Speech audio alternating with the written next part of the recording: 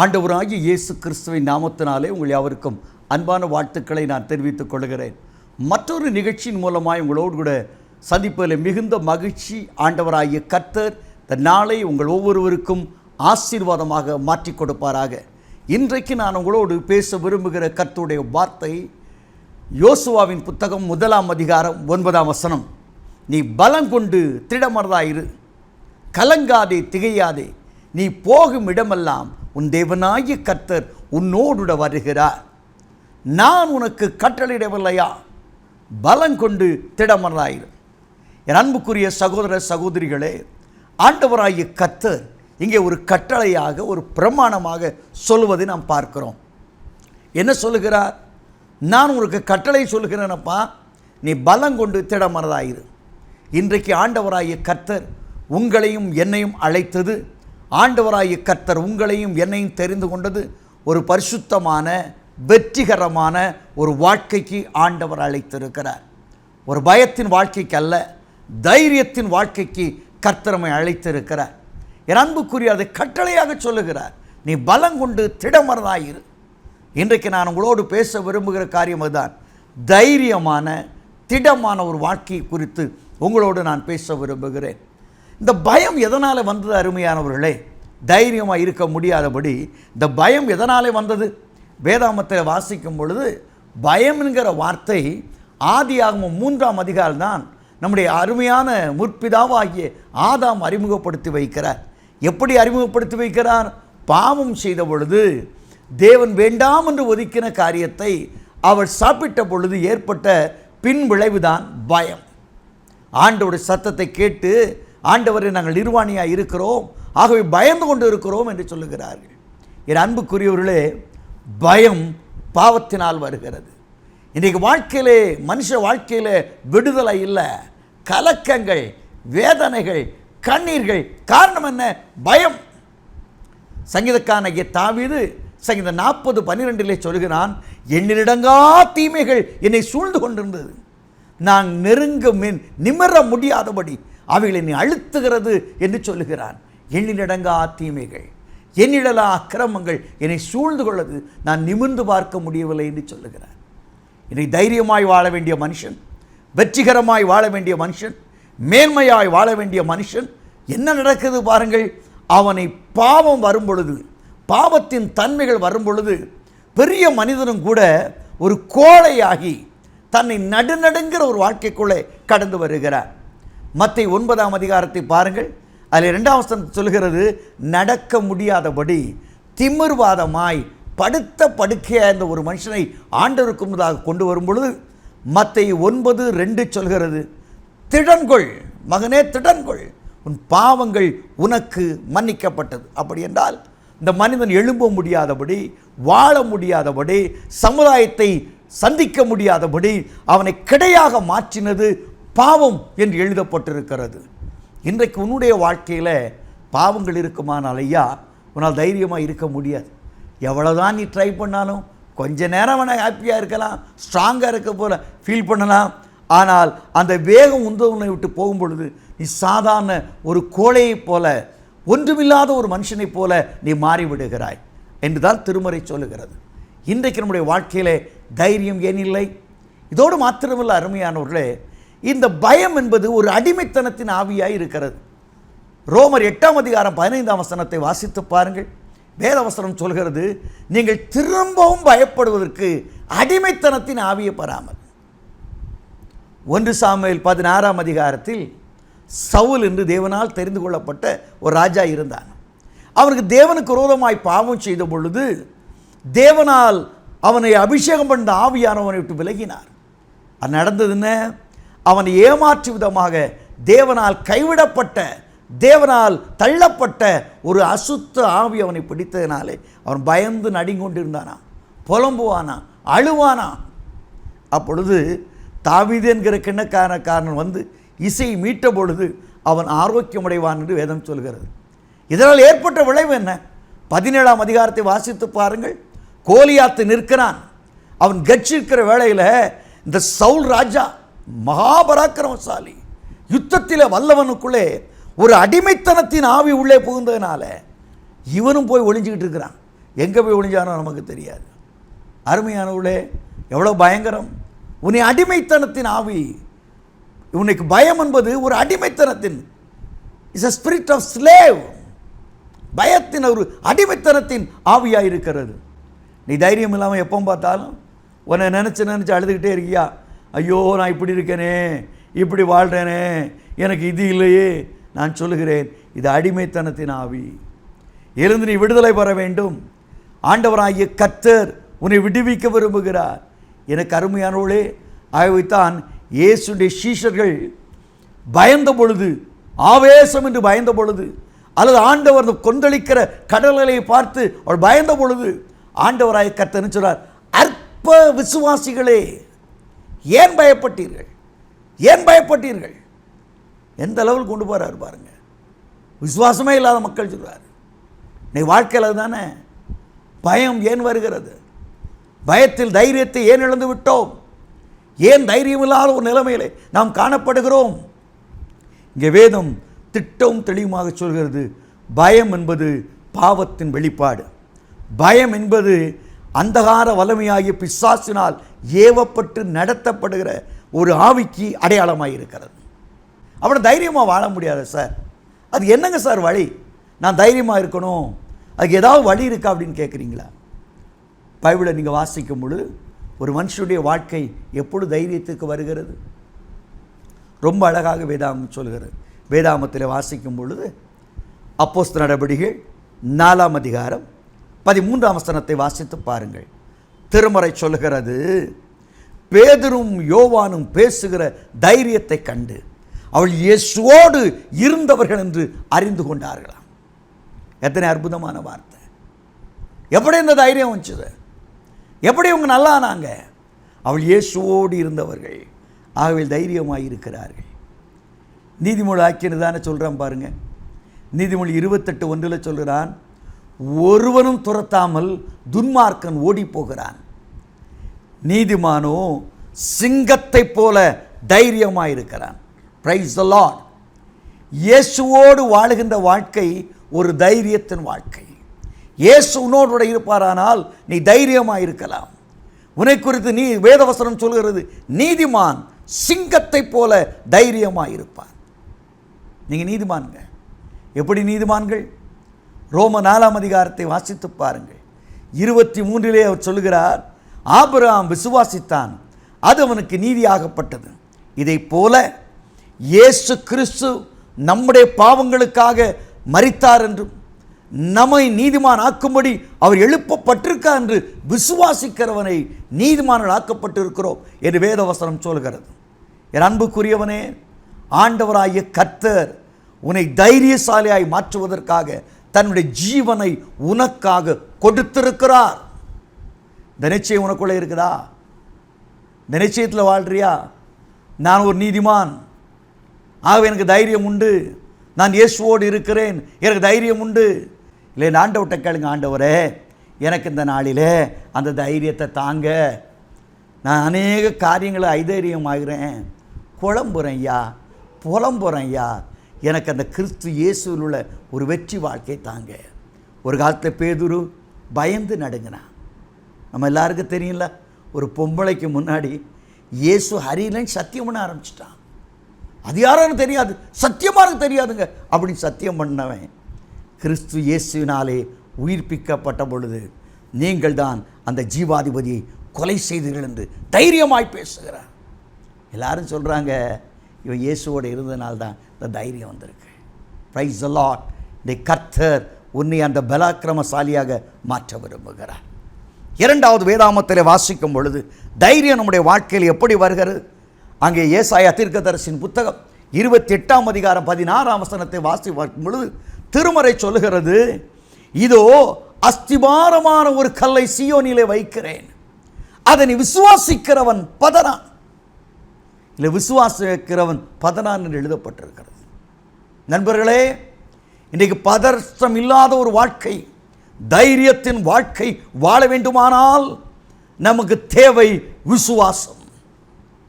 விசுவாசம் என்கிற பிரசனம் நம்முடைய வாழ்க்கையில் வரும் பொழுது நாம் அதைரியமாக இந்த உலகத்திலே வாழ முடியும்.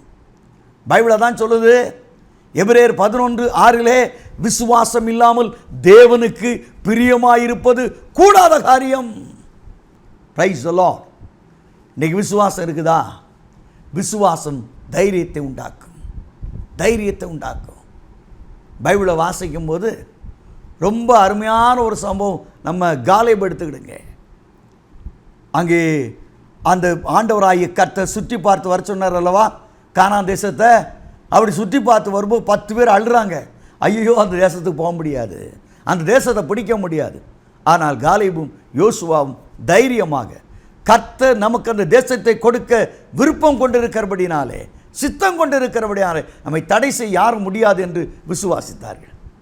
இதை விட காலேபை பற்றி ஒரு சூப்பரான அனுபவம் சொல்லணும்னு சொன்னால், நீ யோசுவாவின் புத்தகம் 14ஆம் அதிகாரத்தை வாசித்து பாருங்க. யோசுவா 14 சொல்லுது பாருங்க. இப்பொழுது காலேபுக்கு வயசு 85. அன்றைக்கு அந்த கானான் தேசத்தை வேவு பார்க்கும்போது மோசே சொன்னான், யார் மலை நாட்டு மக்களை அடித்து துரத்துறாங்களோ அவங்களுக்கு மலை தேசம் சொந்தம்னா. இப்போ தேசத்தை ஒவ்வொரு பங்காக அப்படி பிரிச்சுட்டு வரும்போது காலேப் போகிறார். என்ன சொல்கிறாரு? 40 வயசில் நாளைக்கு மோசைக்கு முன்னாடி சவால் விட்டு சொன்னேன், உங்களுக்கு தெரியும். அதை மாதிரி செஞ்சு முடித்தேன்.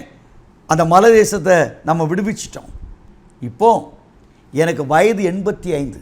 நல்லா கவனிங்க. Now I am 85. இப்போது 85 வயசு. அன்றைக்கு இருந்த அதே பலன், அன்றைக்கு இருந்த அதே வல்லமை எனக்கு இருக்கிறது. அந்த மலை தேசத்தை எனக்கு தாருங்கள் என்று கேட்குறான். எப்படிப்பா அந்த தைரியம் வந்துச்சு? பை ஃபெய்த், விசுவாசத்தினாலே. விசுவாசத்தினாலே பைபிள் சொல்ல, விசுவாசத்தினாலே நீதிமான் பிழைப்பான். நீ ஆண்டோட பிள்ளைன்னு சொல்றியே, உனக்கு அந்த விசுவாசம் இருக்குதா? நீ விசுவாசித்தால் மலை கூட சமுத்திரத்திலே தள்ளுண்டு போயின்னு சொன்னால் நீ சொன்னபடியே நடக்கும். விசுவாசம் இருக்குதா? இல்லைன்னா இன்னைக்கு ஆண்டோட்ட கேளுங்க, ஆண்டவரே எனக்கு அந்த விசுவாசத்தை தாங்க, நான் ஒரு விசுவாசியாக வாழ விரும்புகிறேன், விசுவாசியாக ஜீவிக்க விரும்புகிறேன், என்னை பலப்படுத்துங்க என்று ஆண்டோட்ட கேளுங்க. காலேப் சொல்கிறேன், எனக்கு அந்த பலன் இருக்குது. Praise the Lord. எனக்கு அந்த பலன் இருக்கிறது, எனக்கு அந்த பலன் இருக்கிறது. உனக்குள்ள இந்த பலன் இருக்கிறதா? விசுவாசத்தின் பலன் இருக்கிறதா? விசுவாசத்தினாலே நீதிமான் பிழைப்பான். இதோ அஸ்திவாரமான கல்லை சீயோனில் வைக்கிறேன், அதை விசுவாசிக்கிறவன் பதறான், எந்த கலக்கம் வராது. Praise the Lord. எவ்வளோ பிரச்சனை வந்தாலும், எவ்வளோ நெருக்கம் வந்தாலும் அவன் ரிலாக்ஸாக இருப்பான். அதான் விசுவாசம். மற்றவன் பயப்படலாம், மற்றவன் கலங்கலாம், ஆனால் விசுவாசி பயப்பட வேண்டிய அவசியமே கிடையாது. அவன் எப்பவும் போல இருப்பான், எப்பவும் போல வாழுவான். ஏனென்றால் அவன் தேவனை விசுவாசிக்கிறவன். தேவன் தனக்கு விரும்பின காரியத்தை தான் செய்வான். மற்ற காரியத்தை ஆண்டவருடைய வாழ்க்கையில் அனுமதிக்க மாட்டார். அந்த நிச்சயம் அவனுக்குள்ளே இருக்கும். நீங்கள் அது இருக்குதா? ஆனால் பைபிள் அழகாக சொல்லுது பாருங்க. ஏன்னா நம்முடைய விசுவாசம் சாதாரண விசுவாசம் இல்லை. ரோமராக்கியம் ரொம்ப அழகாக சொல்கிறான், தேவன் நம்முடைய பட்சத்தில் இருந்தால் நமக்கு விரோதமாக இருப்பவன் யார்? அதான் விசுவாசம். என் பட்சத்தில் ஆண்டவர் இருக்கிறாரு, என்ன விரோதமாக என்ன செய்ய முடியும்? என்ன பண்ண முடியும்? எபிரேயர் ஆக்கியவன் இன்னும் ஒருபடி மேலே போய் எபிரேயர் 13ஆம் அதிகாரம் 5ஆம் வசனத்தில் கர்த்தரின் பட்சத்தில் இருக்கிறார், நான் பயப்படேன், மனுஷன் எனக்கு என்ன செய்வான் என்று சொல்லலாமே. நீ வாயை திறந்து சொல்லணும். கர்த்தர் விசுவாசம். என்ன விசுவாசம்? உன் உடம்புல பலவீனம் இருக்கலாம், உனக்கு வாழ்க்கையில் பாடுகள் இருக்கலாம், நீ சொல்ல வேண்டிய என்ன? வாயை திறந்து கர்த்தரின் பட்சத்தில் இருக்கிறார், ஏ வியாதியே நீ என்ன செய்வாய்? கர்த்தரின் பட்சத்தில் இருக்கிறார், ஏ பண நெருக்கடியே நீ என்ன செய்வாய்? இதான ஆண்டு விசுவாச வார்த்தை. Praise the Lord. God is expecting that. உன்ட்ட ஆண்டவர் எதிர்பார்க்கிறாரு, அந்த வார்த்தை எதிர்பார்க்கிறாரு, அந்த வார்த்தை ஆண்டவர் எதிர்பார்க்கிறார். ஏ விசுவாசியே, நீ அப்படி இருக்கிறாயா? அந்த நிலைமையில் வாழ்கிறாயா? எந்த பிரச்சனை வந்தாலும், தலைமையில் வெள்ளம் போனாலும் எனக்கு பயம் இல்லை. ஏன்னா நான் விசுவாசிக்கிறவன். Praise the Lord. நான் விசுவாசி. நான் பதற மாட்டேன், நான் கலங்க மாட்டேன், நடுங்க மாட்டேன். எனக்குள்ள இந்த விசுவாசம் இருக்கிறது. நீ உன்னால் தைரியமாக சொல்ல முடியுமா? சொல்ல முடியுமா? சொல்ல முடியுமா? யோசித்து பாருங்க. மோர் தென் கான்குரஸ், முற்றிலும் ஜெயங்கொள்வர் என்ற ஒரு அருமையான புஸ்தகம் உண்டு. அருமையான போதகர் டெரி மைக்ஸ் என்ற தேவனுடைய மனுஷன் எழுதியிருக்கிறார். ஒரு திருடன் வந்து அவர் கழுத்தில் புல்லட்டை வச்சுட்டு சொன்னானா, உன்னை சுற்றுவேன், உனக்கு உள்ளதெல்லாம் கொடு அப்படின்னாராம். அந்த போதகர் சொன்னாராம், நான் ஆண்டோடைய பிள்ளை, எனக்குள்ள ஓடுகிறது இயேசு கிறிஸ்துடைய பிரசனம், எனக்குடைய ரத்தம் இயேசு கிறிஸ்துவின் ரத்தம். இந்த இயேசு கிறிஸ்துவின் ரத்தத்தை, இந்த இயேசு கிறிஸ்துடைய மனிதனை சுடுவதற்கு சாத்தானே உனக்கு அதிகாரம் இல்லை. அவன் சொன்னானா, 1 2 3 நான் சுட போறேன். நானா சுட முடியாதுப்பா. அவன் ட்ரை பண்ணானா, பஸ்டனை அமைக்க பார்க்கறானா, அங்கே கன்லேருந்து அந்த குண்டு வெளியே வரல. அவன் அப்படியே திகைச்சு போயினானா. அவர் சொன்னாரா, நான் விசுவாசிக்கிறவர் இன்னார் என்று அறிவேன். எத்தனை அற்புதமான ஒரு சவாலான ஒரு வாழ்க்கை. இன்றைக்கு தைரியமாக இருக்க வேண்டுமானால் அந்த விசுவாசம் உனக்கு தேவை. அந்த விசுவாசம் உனக்குள்ளே வரும்போது எந்த சூழ்நிலையும் ஒன்றும் பண்ண முடியாது. எந்த வியாதியோ எந்த பிரச்சனையோ ஒன்றும் பண்ண முடியாது. இன்னும் தைரியமாக இருக்கணும். என்ன செய்யணும்? நான் முதல்ல சொன்னேன், தைரியமாக இருக்குமானால் நாம் செய்ய வேண்டியது ஆண்டோடைய பிள்ளைகளாக மாற வேண்டும். ஆண்டவர் நடக்க வேணும்.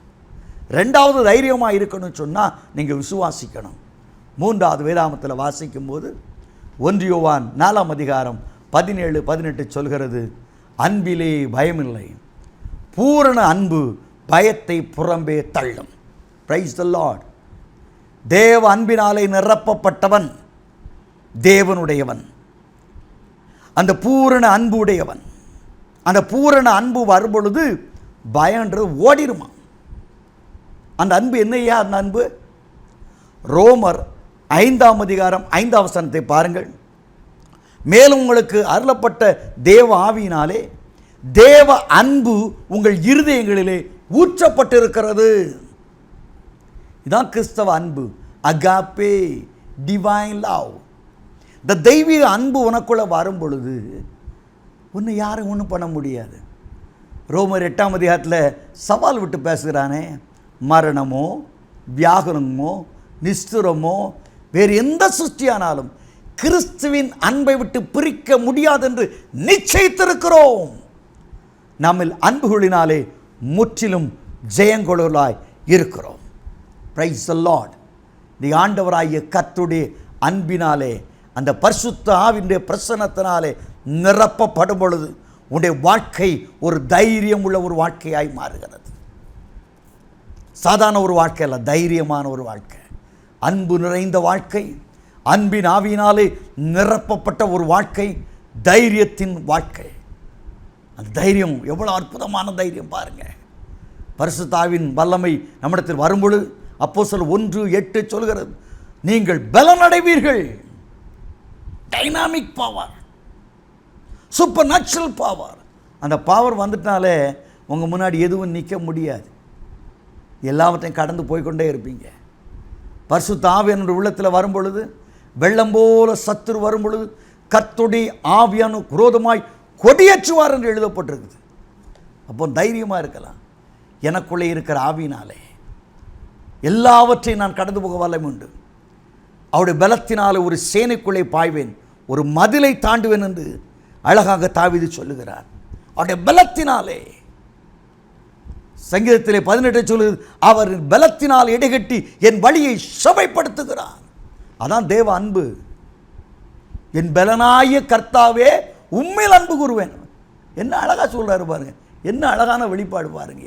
என் பலனாய கர்த்தாவே, why I love you because I fill with your strength. உம்முடைய பலன். நீ விசுவாசியே, பலனாய கர்த்தாவா உன் வாழ்க்கையில் இருக்கிறாரா பரிசுத்த ஆவியானவர்? என் பலனாய கர்த்தாவே உம்மில் அன்பு கூறுவேன். பரிசுத்த ஆவி உனக்குள்ளே வரும்பொழுது அந்த பரிபூர்ணமான பலன் உனக்குள்ளே வருகிறது. விசுவாசியே, எல்லா நிலைமையும் நீ மேற்கொள்வாய். வருங்காரியங்களானாலும் நிகழ்காரியங்களானாலும் வேறு எந்த சுற்றியானாலும் நம்மில் அன்புகளினாலே முற்றிலும் ஜெயங்கொள்ளாய் இருக்கிறோம். Praise the Lord. தேவ அன்பை விட்டு நம்மை பிரிக்க யாராலும் முடியாது. அப்போஸ்தலர் நடவடிக்கைகள் பாருங்கள், 28ஆம் அதிகாரத்தில் மெலித்தா தீவிலிருந்து மறுபடியுமாக அவர்கள் ரோமாபுரிக்கு புறப்பட்டு போகும்போதாக அங்கே இயேசு கிறிஸ்துவின் சீஷர்களை சந்திக்க வருகிறார்கள். பவுலை சந்திக்க வருகிறார் பொழுது வேதவசனம் சொல்கிறது, பவுல் அவளோடு சேர்ந்து ஆண்டவரை துதித்து அவன் தைரியம் அடைந்தான். எப்போ துதிக்கணும்? வாழ்க்கையில் கல்லாம் ஆண்டவர் செஞ்சிட்டாரு ஸ்தோத்திரன்றதில்ல. எப்பெல்லாம் பலவீனமாக வீக்காக உணர்றீங்களோ, பலவீனமாக உணர்றீங்களோ, வாயை திறந்து துதிச்சு பாருங்க, இல்லைங்களா? எரியோ கோட்டை சாதாரண ஒரு கோட்டை இல்லைங்க. அந்த எரியோ கோட்டைக்கு மேலே 2 ரதங்கள் ஓட்டலாமா. அதை நம்ம ஹைவேல பார்க்குற 2 வேன்னு போடுறாங்கல்ல, அது மாதிரி 2 ரதங்கள் ஓட்டுற அகலம் கொண்ட ஒரு எரியோ கோட்டை. அதை பார்த்தோன்னே எத்தனை பேருக்கு தலை சுற்றிருக்கும் யோசிச்சு பாருங்க. இதெல்லாம் விடுமா ஐயா? இதை உடைக்க முடியுமா? எத்தனை பூட்டு போட்டு பூட்டியிருக்கான் முடியுமாக்கும். ஆனால் ஆண்டவர் சொன்னார், நீ துதிச்சு பாருடா, எவ்வளோ பெரிய கோட்டையாக இருந்தாலும் விழுன்னு சொன்னார். இவங்க 7 நாள் சுற்றி வந்து அல்லேலியா தோத்திரம் போட்டு கர்த்தர் நல்லவர், அவர் கிருபை என்று உள்ளன்னு சொல்லி துதிக்க துதிக்க துதிக்க துதிக்க துதிக்க துதிக்க துதிக்க வேதவசனம் சொல்கிறது, எரிகோ கோட்டை தரைமட்டமானது. Praise the Lord. நீ தைரியம் வரனா துதிக்கணும். பைபிளை வாசிக்கிறோம், பவுலையும் சீலாவையும் அநேக அடிகள் அடித்து இரத்த காயங்க வடியுதுங்க. ரணக்கான் துடைக்கிறதுக்கு ஆள் இல்லை. கண்ணிலேருந்து வடிஞ்சிருக்கான், கணத்துலேருந்து வடிஞ்சிருக்கிறான், உடம்பு ஃபுல்லாக ரத்தம் வடிச்சுக்கிட்டு இருக்குது. கொஞ்சம் அந்த நிலைமையில் உங்களை வச்சு பாருங்களேன். இப்போ நீங்கள் என்ன சொல்லுவீங்க? ஐயோ ஆண்டவா, முதுகு வலிக்குது, காலு வலிக்குது, தலை வலிக்குது. ஆனால் பவுலும் சீலாவும் இந்த ரணக்காயத்தின் மத்தியில் ஒரு தீர்மானம் எடுக்கிறாங்க, ஒரு முடிவு எடுக்கிறாங்க.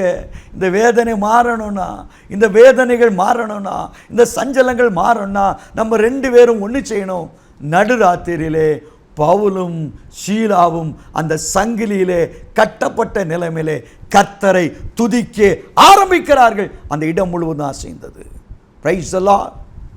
கைதிகளாயிருந்தவர்களை அந்த ஜெயிலெல்லாம் ஓடி வந்து ஆண்டவர் மாறே லார்ட் என்று அழைக்கிறார்கள். துதி எடுத்தா சாத்தான் ஓடுவான், முறுமுறுத்தா திரும்ப வருவான். நீ துதிக்கிற மனிதனாக நீ மாறும்போது உன்னை ஒன்றுமே பண்ண முடியாதியா. எவ்வளவுதான் ட்ரை பண்ணி பார்த்தாலும், எவ்வளவுதான் போராடி பார்த்தாலும் ஒன்றும் பண்ண முடியாது, ஒன்றும் பண்ண முடியாது. துதி எடுக்கிற மத்தியில் எந்த பிரச்சனை எடுபடாது, தைரியமாக இருப்பான். துதிக்க துதிக்க அவனுக்குள்ளே ஒரு தைரியம் எழும்பும், துதிக்க ஆரம்பிப்பான், இல்லைங்களா? துதிக்கிற ஒரு கூட்டமாக மாறிடுவான். நீ துதிக்கிற கூட்டமாக மாறிடு, துதிக்கிற மனுஷனாக மாறிடு. மாறும் பொழுது உன் சேனையிலே ஒரு வெற்றி உண்டு. அந்த இஸ்ரவேல் ஜனங்கள் யுத்தத்திற்கு போகும் முன்னாடி ஒரு கூட்டம் வச்சுருந்தாங்க. அந்த கூட்டம் என்ன செய்யும்? ஈட்டியும் கிடையாது, பட்டயம் கிடையாது. முன்னாடி போய் கர்த்தர் நல்லவர், அவரை துதியுங்கள், அவர் கிருபை என்றும் உள்ளது. அதான் சொல்லுவாங்க, கர்த்தர் நல்லவர், அவரை துதியுங்கள், அவர் கிருபை என்றும் உள்ளது. அப்படி சொல்ல சொல்ல சொல்ல எதிராக இருக்கிற எல்லா சூழ்நிலையும் அப்படியே மாறி போகுமா. இருண்ட சூழ்நிலைகள், கலங்கி போன சூழ்நிலைகள், ஒன்று கரையறாது என்று சொல்லப்பட்ட சூழ்நிலை இருந்த இடம் தெரியாமல் ஓடி போயிருமா. நீங்கள் துதிச்சு பாருங்கள். நீ ரொம்ப அதைரியமாக இருக்காதீங்க. உங்கள் நிலைமை ஒன்றும் உங்களை பண்ணாது, உங்கள் வியாதி ஒன்றும் உங்களை பண்ண முடியாது, உங்கள் கடன் பிரச்சனை ஒன்றும் உங்களை மேற்கொள்ள முடியாது, உங்கள் சூழ்நிலைகள் ஒன்றும் உங்களை மேற்கொள்ள முடியாது. நீங்கள் ஜெயம் எடுக்க போகிறீங்க, நல்லா இருக்க போகிறீங்க, நல்லா வாழ போகிறீங்க. ஒரு நல்ல எதிர்காலம் கர்த்தர் வைத்திருக்கிறார். நீங்கள் செய்ய வேண்டியது தான். அன்றைக்கி தானியேலுடைய வாழ்க்கையை கவனித்து பாருங்கள். எத்தனை அற்புதமான ஒரு வாழ்க்கை! தானியேலின் வாழ்க்கை ஒரு அற்புதமான ஒரு வாழ்க்கை. தானியேலை பார்த்து அவன் கேட்டான், அப்பா தானியேலே, திவ்யதாசனே, நீ ஆராதிக்கிற தெய்வம் உன்னை விடுவிக்க வல்லமையுள்ள தேவனாக இருந்தாரா? இருந்தார். ஆமென் என்றால் அவன் ஆராதனை வீரன். ஆராதனை வீரனை ஒன்றும் சேதப்படுத்த முடியாது. இன்றைக்கு நீ ஆராதனை வீரனாக இருக்கிறாயா? அப்படியானால் நீ பலம் கொண்ட ஒரு மனுஷன், நீ பலம் கொண்ட ஒரு மனுஷன், வல்லமை உள்ள ஒரு மனுஷன், பராக்கிரம் உள்ள ஒரு மனுஷன். ஒன்று உன்னை சேதப்படுத்த முடியாது. Praise the Lord. இன்றைக்கு கர்த்தருடைய சமூகத்தில் வந்திருக்கிற என் அன்பு சகோதரனே, சகோதரியே, இந்த நிகழ்ச்சியை பார்த்து கொண்டு இருக்கலாம். ஐதைரியமாக இருக்கிறாயா? நீ செய்ய வேண்டிய என்ன? முதலாவது கர்த்தரிடத்தில் வா, கர்த்தருடைய பிரசன்னத்துக்குள்ளாக வா, கர்த்தரை தேடி வா, அவருடைய அன்பினால் நிரப்பப்படு, தேவ அன்பினால் நிரப்பப்படு, விசுவாசி. எல்லா நிலைமை நம்பு. ஆண்டு நம்புகிறேன், இந்த நிலைமை மாற்றி அமைக்க வல்லமை உண்டு என்று நம்பு. நம்பி வரும்பொழுது உன் சூழ்நிலைகள் எல்லாவற்றையும், உன் குழப்பங்கள் எல்லாவற்றையும், உன் பாரங்கள் எல்லாவற்றையும் கர்த்தர் மாற்றி போடுவார். தேவனால் கூடாத காரியம் ஒன்றுமே இல்லை. இன்றைக்கு அந்த ஆண்டவரிடத்தில் சொல்லுவோமா? எங்கள் பரிசுத்தமுள்ள பிதாவே, உம்முடைய சமூகத்திலே நான் வருகிறேன் என்று சொல்லி உங்களை தாழ்த்தி அவர் அண்டையிலே நீங்கள் வந்து பாருங்கள். உங்களை ஆலோசிக்கிற தேவன், உங்களை வழி நடத்துகிற தேவன் இன்றைக்கு உங்களை வழி நடத்துவார். இந்த உலகத்திலே ஆண்டவராகிய கர்த்தர் தம்முடைய ஜனங்கள் எப்பொழுதெல்லாம் சோர்ந்து போயிருந்தார்களோ, எப்பொழுதெல்லாம் முடியாது என்று சொல்லி இருந்தாலோ, அப்பொழுதெல்லாம் அவளை கரம் பிடித்து தூக்கி எடுத்தவர் என் ஆண்டவராகிய கர்த்தர். இன்றைக்கு நீயும் ஒருவரை மூழ்கிக்கொண்டு இருக்க என்று சொல்கிறாயா? அதை பேதுருவை கடந்து தூக்கி எடுத்த அதே தேவன் இன்றைக்கு உன்னை தைரியப்படுத்தி மறுபடியும் அந்த கடல் மேலே உன்னை நடக்க வைக்க, உன் சூழ்நிலைகள் மேலே உன்னை நடக்க வைக்க தேவன் வல்லமையுள்ளவராயிருக்கிறார். அன்பு சகோதரனே, சகோதரி, அந்த வல்லமையுள்ள தேவன் நோக்கி நாம் ஜெபிப்போமா?